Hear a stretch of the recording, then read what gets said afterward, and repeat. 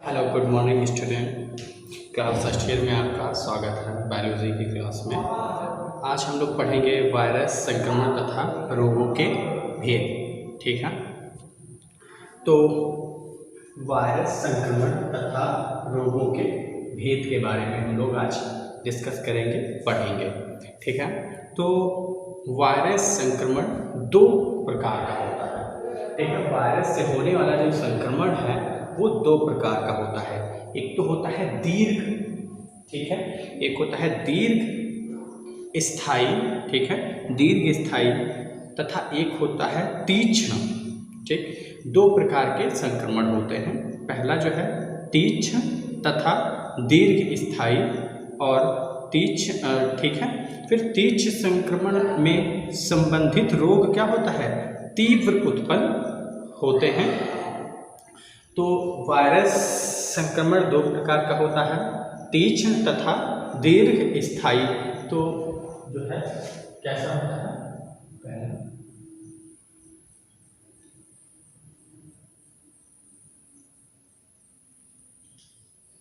तीक्ष्ण, ठीक, कैसा होता है तीक्ष्ण।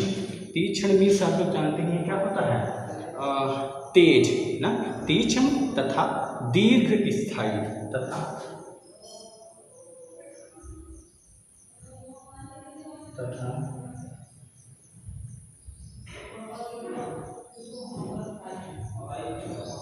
पहले इतने पढ़ते हैं। तो ये कैसे होते हैं, तो तीक्ष्ण संक्रमण जो है में संबंधित रोग तीव्र गति से उत्पन्न होते हैं, परंतु यह कैसे होते हैं, अल्पकालिक होते हैं। जो तीक्ष्ण संक्रमण रोग है वो कैसा है, अल्पकालिक है।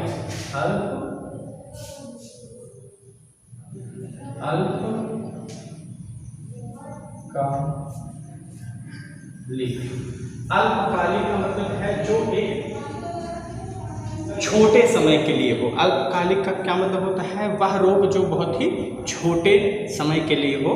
तो तीक्ष्ण संक्रमण से हम लोग क्या समझेंगे कि तीक्ष्ण संक्रमण ऐसा होता है जो तीव्र गति से होता है परंतु कुछ कम समय के लिए होता है, उसे कहते हैं तीक्ष्ण संक्रमण।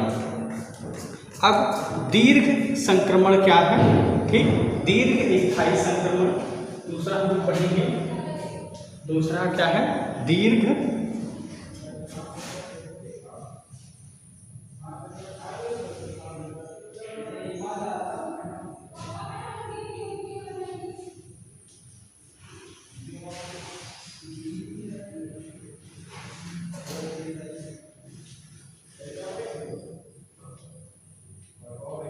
तो दीर्घ स्थायी संक्रमण मतलब ये ऐसा संक्रमण होता है जो अल्पकालिक ना होकर लंबे समय के लिए होता है, जिसे हम लोग क्या कहते हैं, दीर्घकालिक या दीर्घ स्थायी रोग। ठीक है, अब इसके विपरीत जो है दीर्घ स्थायी संक्रमण में संबंधित रोग वर्षों तक बना रहता है, जिससे दीर्घकालिक रोग कहते हैं। तो पहला तीक्ष्ण संक्रमण, तो ये ऐसा संक्रमण होता है जो होता तो बहुत जल्दी है और जल्दी ही खत्म भी होता है, इसीलिए इसे अल्पकालिक या तीक्ष्ण संक्रमण कहते हैं। और दीर्घ स्थायी संक्रमण किसे कहते हैं, तो ऐसा संक्रमण जो काफी लंबे समय तक रहता हो या वर्षों तक रहता हो, इसे दीर्घ स्थायी संक्रमण या दीर्घकालिक संक्रमण कहेंगे। ठीक है, फिर आगे जो है वायरस संक्रमण का पता लगाना। ठीक, आगे हम लोग क्या पढ़ेंगे,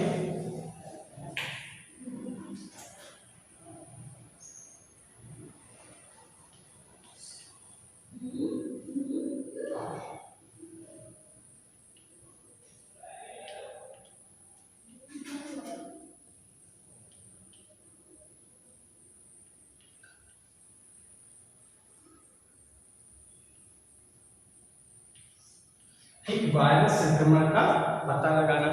तो वायरस संक्रमण का पता लगाने हेतु वैज्ञानिकों ने निम्नलिखित जो है विधियां अपनाई हैं।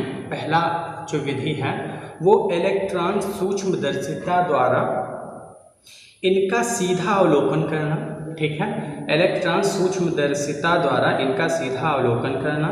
दूसरा बताया वायरसों के प्रतिजन की इनके प्रतिकारों से अभिक्रिया द्वारा। तीसरा बताया न्यूक्लिक अम्ल परीक्षण के द्वारा। और चौथा बताया वायरसों को इनके संवर्धन से पृथक करके। तो वायरस संक्रमण का पता लगाने के लिए मुख्यतः 4 विधियां अपनाई। पहली बताई कि इलेक्ट्रॉन सूक्ष्मदर्शिता के द्वारा, दूसरा वायरसों के प्रतिजन की उनके प्रतिकारों से, और न्यूक्लिक अम्ल परीक्षण से, और चौथा बताया वायरसों को इनके संवर्धन से पृथक करके। ठीक, तो ये है वायरसों का संक्रमण का पता लगाने की विधियां हैं ये, कि इलेक्ट्रॉन सूक्ष्मदर्शिता के द्वारा, ठीक है, और वायरसों के प्रतिजन की जो प्रतिकारों से अभिक्रिया करके, न्यूक्लिक अम्ल परीक्षण करके, वायरसों को उनके संवर्धन से पृथक करके।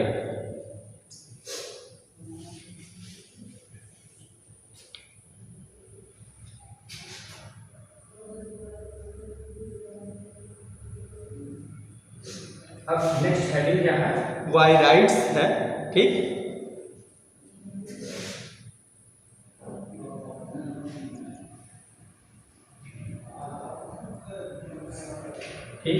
वायराइड्स है। तो वायराइड्स के बारे में हम लोग पढ़ेंगे। तो वायराइड्स क्या है, इसकी खोज जो है टी.ओ. डायनर ने की। इसकी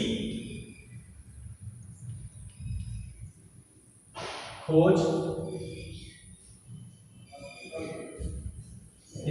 जो है टी.ओ.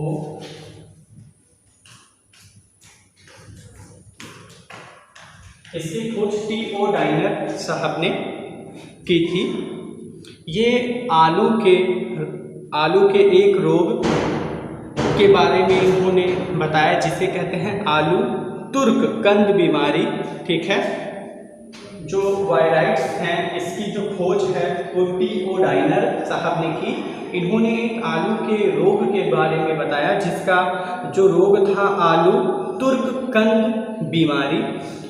मतलब इसमें क्या होता है, इसमें गिल्टीदार होकर चटक जाते हैं। मतलब आलू जो होते हैं गिल्टीदार होकर चटक जाते हैं, अर्थात उनमें दरारें पड़ जाती हैं। इनमें क्या है, इसमें आरएनए जो होता है स्वतंत्र छोटे एवं वृत्ताकार एक सूत्री अणु होते हैं, जिनमें रोग फैलाने की क्षमता होती है, जिसे वायराइड्स कहते हैं। तो एक बार फिर से वायराइड्स क्या हैं? तो वायराइड्स की जो खोज है वो टी.ओ. डायनर ने 1971 में की थी। इसमें 1971 में की थी।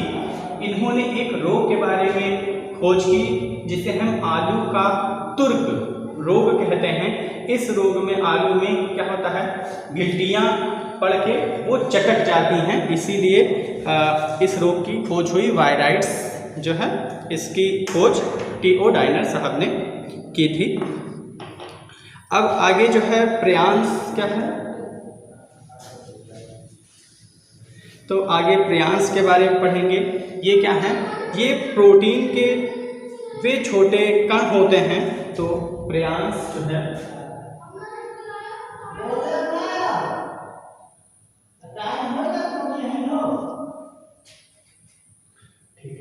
प्रियांश ये क्या है, पहली बात तो ये जो होते हैं एक प्रोटीन के वे छोटे कण होते हैं जिनमें रोग उत्पन्न करने की क्षमता होती है। प्रियांश क्या है, ये प्रोटीन के वे छोटे कण होते हैं जिनमें रोग उत्पन्न करने की क्षमता होती है, जिसे प्रियांश कहते हैं। ये प्रोटीन अणु छोटे 4 से 6 nm व्यास होता है इनका। 4 से 6 nm इनका क्या होता है, व्यास होता है। ठीक है, ये ऐसे प्रोटीन के छोटे कण होते हैं जो रोग उत्पन्न करने में सहायक होते हैं। इनके कणों का जो व्यास है वो 4 से 6 nm व्यास के होते हैं। इनका संश्लेषण मस्तिष्क की कोशिकाओं में होता है। ठीक, इनका जो संक्रमण है मतलब संश्लेषण जो है मस्तिष्क की कोशिकाओं में होता है और इसमें पागलपन एवं कंपनशील लकवा आदि रोग हो सकते हैं इससे। ठीक,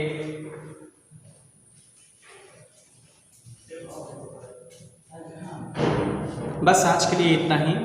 थैंक यू, धन्यवाद।